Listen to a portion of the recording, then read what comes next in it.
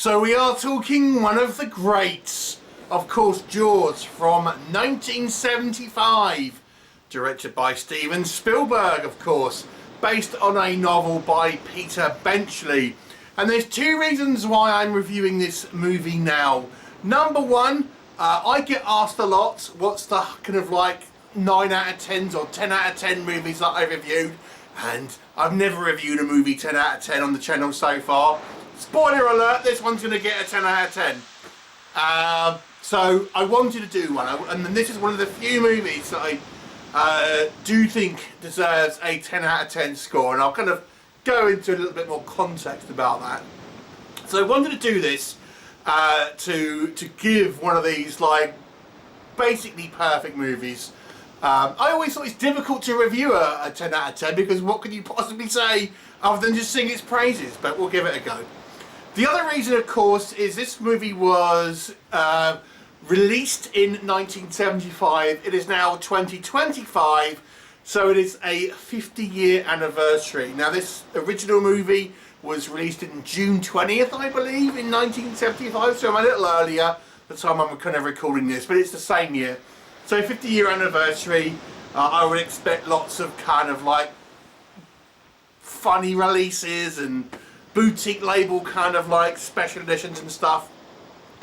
Now, I'm sure no one doesn't know the plot of Jaws, but briefly it tells a story of a Amity Island, and it's being menaced by a very large great white shark, and it is down to the kind of the local police sheriff, played by Roy Scheider, to try and stop this menace. Of course, the mayor wants the beaches open because it's the 4th of July weekend and things. So Roy Scheider's character Brody teams up with a scientist and a kind of rogue shark hunter, and together the three of them will try and take out this great white menace. What will happen? Well, I'm sure you know, but if you haven't, go watch the movie. So let's break it down. Now, let's be honest as well. We have to say this is a 1975 movie. Films have changed a lot in the last 50 years.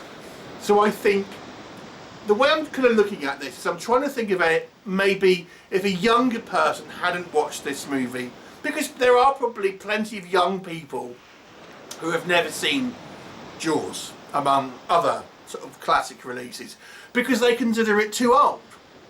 And film styles have changed now, and arguably speaking, Jaws might be considered quite a slow movie, I think, by some, especially younger people today. And obviously the effects are of its time, and we'll come on to that. But what I think this movie excels at, and I'm not going to wax lyrical about too much because I'm sure everyone knows that this movie was plagued with technical problems, and it was the kind of the inventiveness of Spielberg and his team to kind of get around these problems, famously kind of not really showing the shark because it didn't really work properly. So they used the kind of like the barrels and stuff. But it really, I mean, some of it was happy accidents, some of it was just good filmmaking, but the end result was a very, very tense movie. I mean, I watched this when I was very young, and you know, it scared me. It scared the world about going into the water, and it put this kind of fear of sharks into people that maybe hadn't really existed to the extent that it, you know, after this movie that it had. So it really was a movie that I think changed people's perception, at least in regards to kind of sharks for the most part. But it's just a very, very compelling story. Primarily, I think, because of the characters. Now, there isn't much shark action in this movie. You know, certainly by today's standards, you know, we don't see the shark huge amounts until the very, very end, really. But what you do have is compelling characters, very well written, very grounded, very likeable, and we get a good sense of who they are, their relationship with their family, especially in regards to Chief Brody's character, and their relationship when we kind of have this kind of second half of the movie where it more focuses on these kind of three guys, their relationship with one another, with kind of different opposing kind of views and sort of personality types. But every one of them is extraordinarily strong in regards to their performances. The characters are just very, very well performed and well written, and just the general flow of the story, I think, again, it might be slow for some younger people, I would say, but it's such a deliberate pace that really is a masterclass in building kind of tension, because you just feel the unknown is, you know, from the first attack you have this kind of unknown menace under the water which we don't really properly see, and all we see is like a huge mouth that's going to come and kind of swallow you up, and it's terrifying. You know, it's a terrifying thing. And again, you've got to try and think back to the time when this came out, because this is really where you've got to judge it by. It's difficult to judge it by today's standards, and you know, people hadn't really seen this. Arguably, this movie was the first blockbuster, the first modern blockbuster.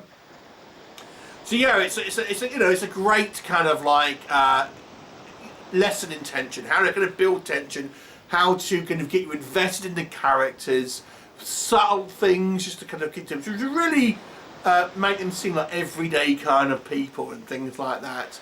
And then I've got to say, now despite, yes, the effects these days, they're, you know, you can pick holes in them, but I've got to say, I remember seeing this movie when I was young, and it was just terrifying. And you didn't pick the kind of effects like you do nowadays. But I got to say, I still think the effects here are fairly good, even with some of the kind of the rubbery, practical kind of creature effects they went for. I think they're, I mean, considering if you look at modern shark movies and the way they generally use CGI now, I still prefer this. You know, that tangible feeling for the most part. So yeah, I mean, yeah, you can critique the effects. I still kind of like them, but it's just kind of like that masterclass of both accident and filmmaking, visionary filmmaking by Spielberg. And don't forget as well, this movie differs greatly from the book, if you don't know. So the book actually is quite different. It's one of those rare examples, I suppose, where the adaptation, the film adaptation, is better than the kind of the novel. I mean, there was a big like mafia plot, for example, in the novel that was wisely kind of removed from this kind of film version. But there's actually quite a lot of differences, to be honest with you. This movie, I do class it as a horror movie. I know that it's kind of a you know, more of a all, you know, every age kind of rating these days, but it is kind of one of more a horror movie than anything else, I would suggest. But it is horrific. I think that this movie did scare me, both in terms of physical kind of like effects, where people are getting like munched and kind of eaten alive. It's a horrible thought. But also just the real feeling that this movie manages to kind of like give you. And obviously everything just falls into place. The music, John Williams' score, absolutely perfect. It's an iconic. I mean, everything just fit so well with this movie. Is there any critiques? I mean, nothing that really makes me kind of like judge this movie too harshly. I mean, you could argue, yes, there are some things here that are, no, not scientifically correct. The way you know, the air canister at the end would explode. The size of the shark is exaggerated to what kind of actual kind of great whites, you know, are kind of like, and things like that. The breaching scene where it comes out and kind of goes on the boat. Yeah, you could kind of pick holes in it, but you know, Alfred Hitchcock once said, movies shouldn't be a slice of life, they should be a slice of cake. A quote that I have used in reviews before, and I think you need to be a bit forgiving with stuff like that when you're watching certainly a movie for entertainment value. This is not meant to be a you know, a kind of document about actual kind of sharks. That's what Shark Week is for. Is there any legitimate critiques outside of that? Like I say, I do think for modern audiences, younger audiences, because of the way entertainment is these days, they might find this movie too slow. I think it's indicative of the time, so I can't critique it because of that. You know, this is what 70s movies, they were slower paced. They had this kind of deliberate sort of slow burn feel to them for the most part. So it is of its time, but I personally think it works perfectly. But I do understand that critique for maybe younger people who haven't really been exposed to films like this. And yes, the effects do look a bit janky by today's standards, but again, I can't judge the movie because of that, because the movie isn't made today. It was made in 1975, so that's the standard that we've got to judge it by. The only other thing I would say, I think maybe the character of Hooper is a little bit not as quite defined as Quint or Brody, but it's a minor quibble. It won't affect the score. I will say, controversially, I would not be opposed to an edition where they do touch up the effects a bit. Now, I know that's heresy for some. It's, you know, it's just there if you want to watch it. Doesn't mean to say the original doesn't exist. I don't really understand that argument, but I do feel it's the one thing that I think certainly in its aesthetics has aged. And I think, you know, there's actually a few clips where people have touched up Jaws 4's VFX online, which, you know, I think it looks better. I personally would like to see that. I get a lot of grief for saying that. It doesn't mean the original doesn't exist. You can still watch that. It's just another option. Anyway. So yes, this movie is a 10 out of 10. It is the first 10 out of 10 movie that I've ever kind of really reviewed on this channel. Here it is. I get a lot of questions about that. Anyway, what would you score Jaws? I mean, I should imagine most people like this movie. What would you score it?